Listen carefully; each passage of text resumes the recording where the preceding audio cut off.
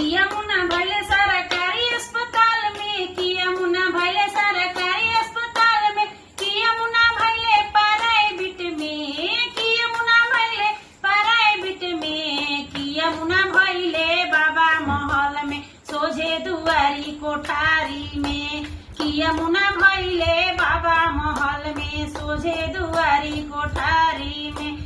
नहीं मुना भले सरकारी अस्पताल में, नहीं मुना भले सरकारी अस्पताल में, नहीं मुना भले प्राइवेट में, नहीं मुना भले प्राइवेट में, ई तो मुना भले बाबा महल में सोझे दुआरी कोठारी में, ई तो मुना भले बाबा महल में सोझे दुआरी कोठारी में। मुना के रुआई सुनी मुना के बाबा, मुना के रुआई सुनी मुना के बाबा, भागे चले ओई ड्यूटी में, भागे चले ओई ड्यूटी में। उनके कारण हम सासू के मरनी ताला लगाई अलमारी में, उनके कारण हम सासू के मरनी ताला लगाई अलमारी में, उनके कारण हम गोतिन के मरनी